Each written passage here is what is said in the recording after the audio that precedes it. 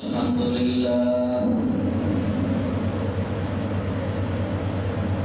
لله نحمده ونستعينه ونستغفره ونؤمن به ونتوكل عليه ونعوذ بالله من شرور أنفسنا ومن سيئات أعمالنا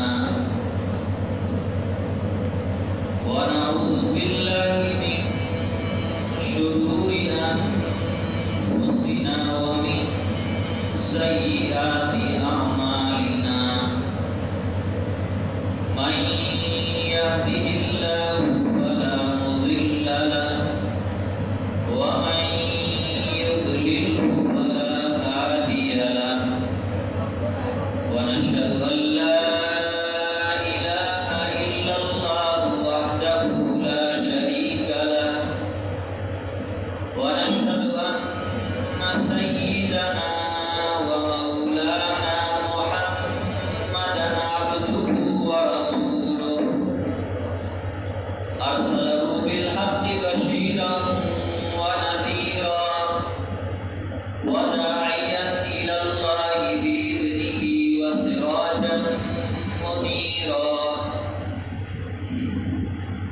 صلى الله عليه وعلى آله وأصحابه وأزواجه وذرياته وبارك وسلم تسليما كثيرا كثيرا أما بعد فأعوذ بالله من الشيطان الرجيم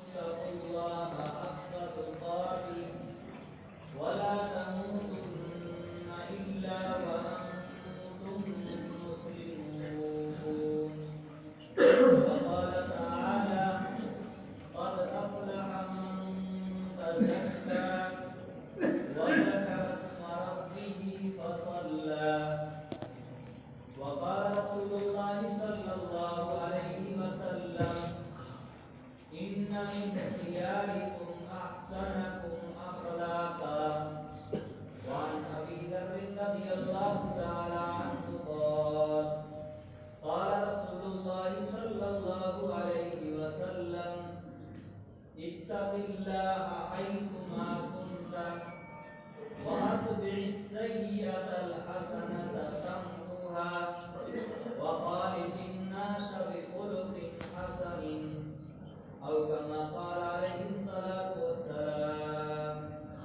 صدق الله مولانا العظيم وصدق رسوله النبي الكريم بزرگوں، دینی اور ایمانی بھائیوں،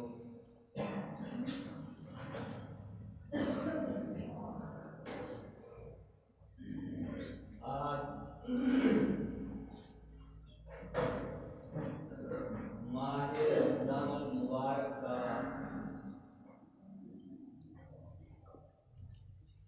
آخری جمعہ ہے اور خالص گمان یہ ہے کہ روزہ بھی آخری